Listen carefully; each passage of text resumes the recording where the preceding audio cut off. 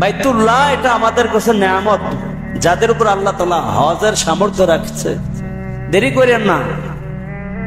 আপনার মৃত্যুর যেমন গ্যারান্টি নাই, বাইতুল্লাহ উঠে যাওয়ার কোনো গ্যারান্টি নাই। আল্লাহ নিয়ে নিবে উপরে।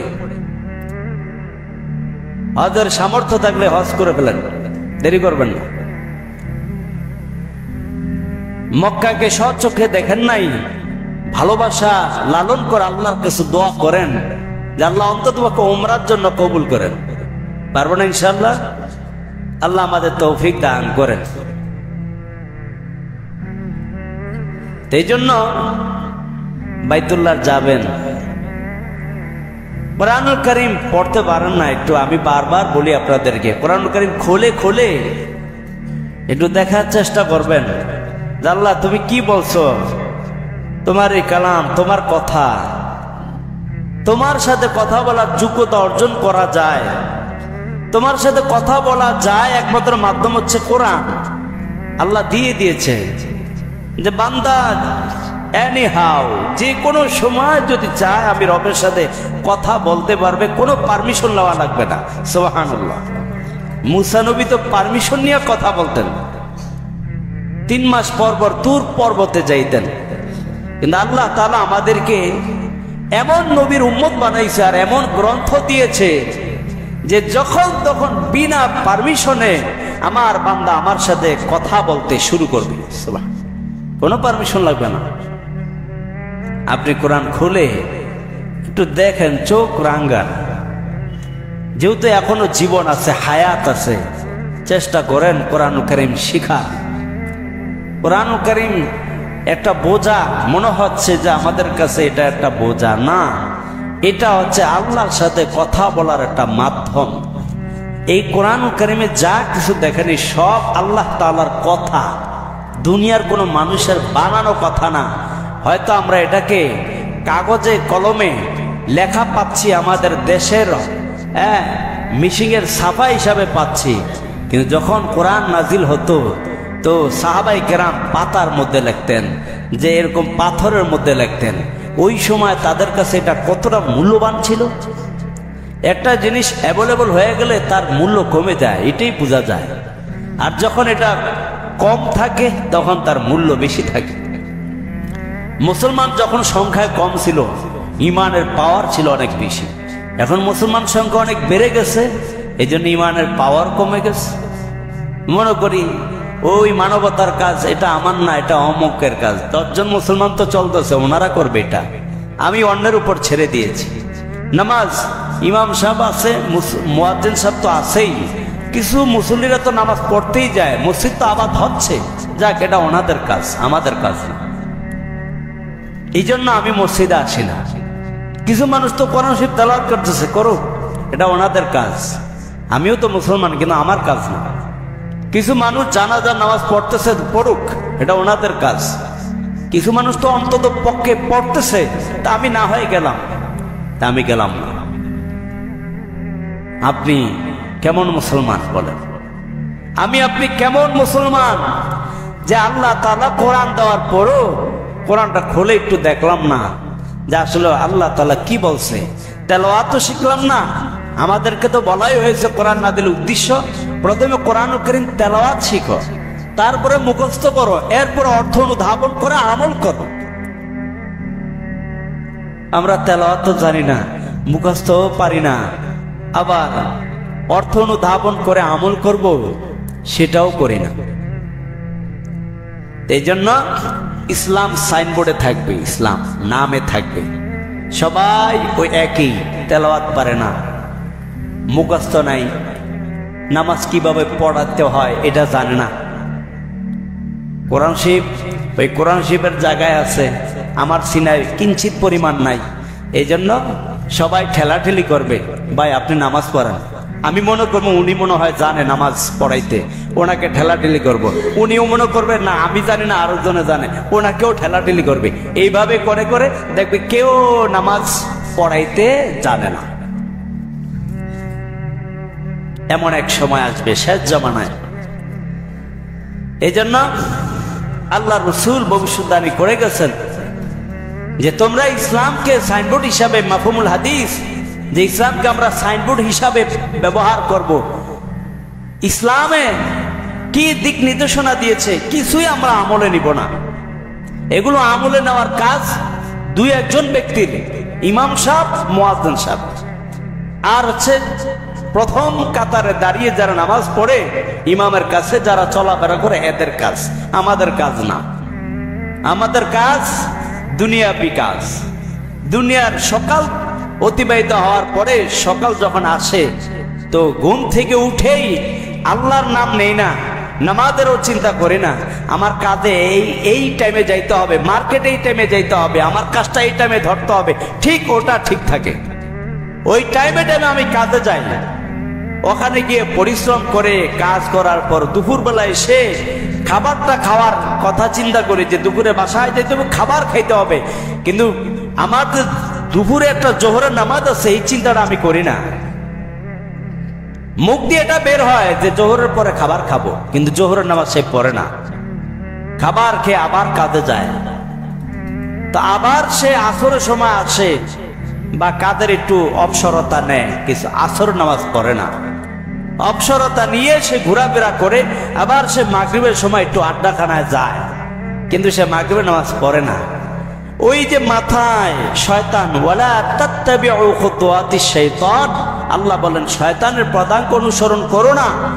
বলার পরও আমাকে বললেন যে উদখুলু ফিস সিলমি কাফা, পরিপূর্ণ মুসলমান হও। হে ইমানদাররা, আমি মুসলমানের দিকে না ঝুঁকে আমি শয়তানের অনুসরণের দিকে পরিপূর্ণ ঝুঁকে গেলাম। আল্লাহ বলে শয়তান তো স্পষ্ট শত্রু তোমাদের।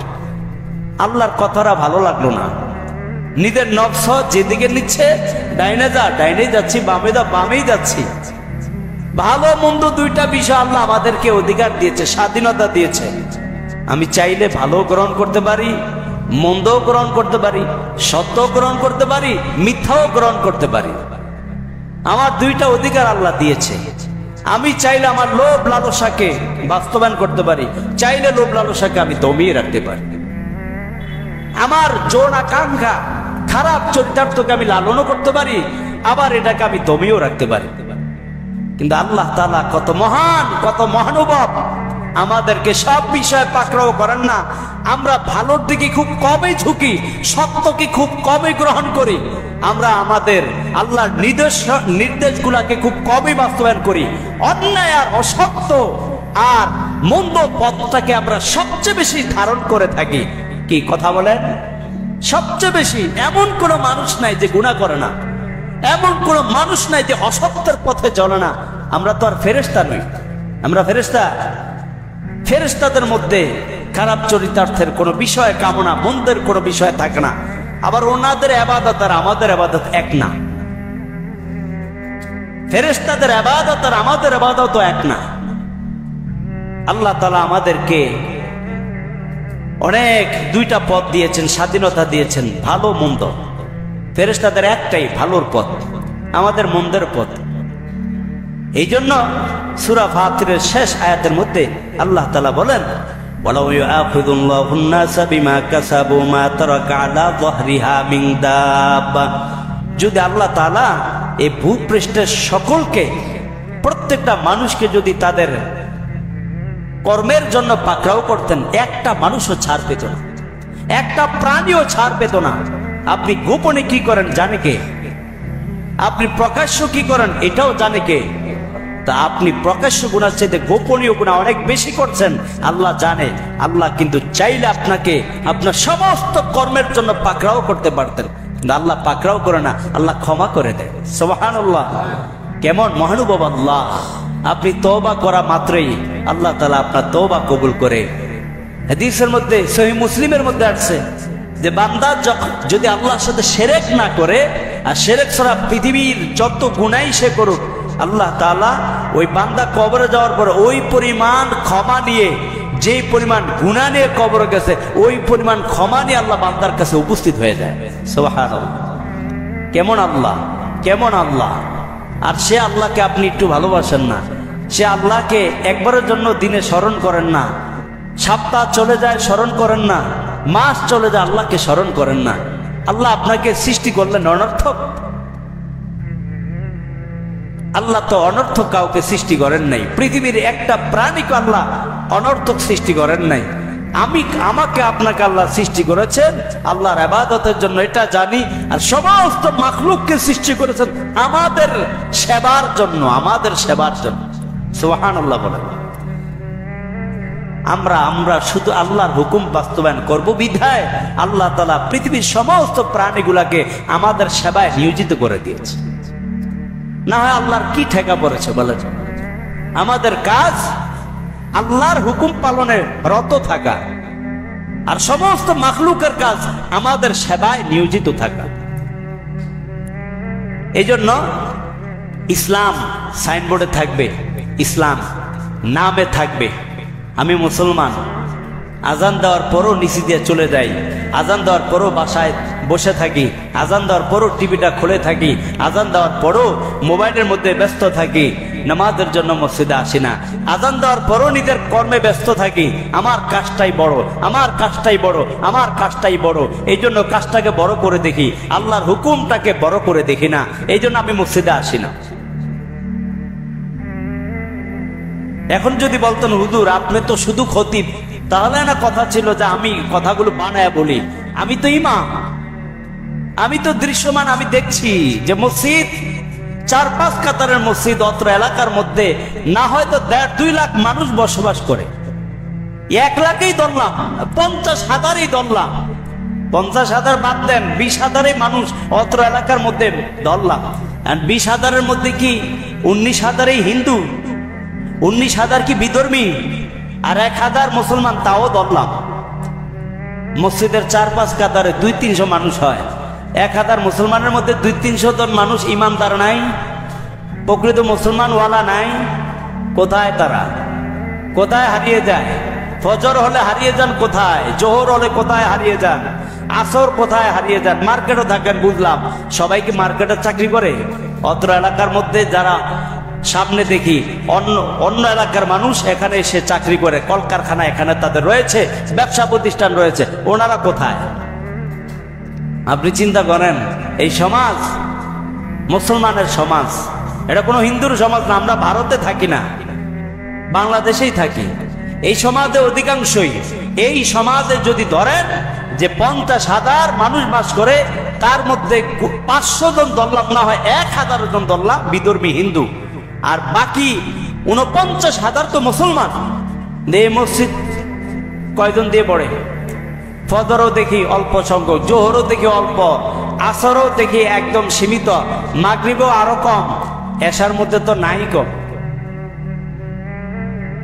আমরা কোথায় থাকি বলেন?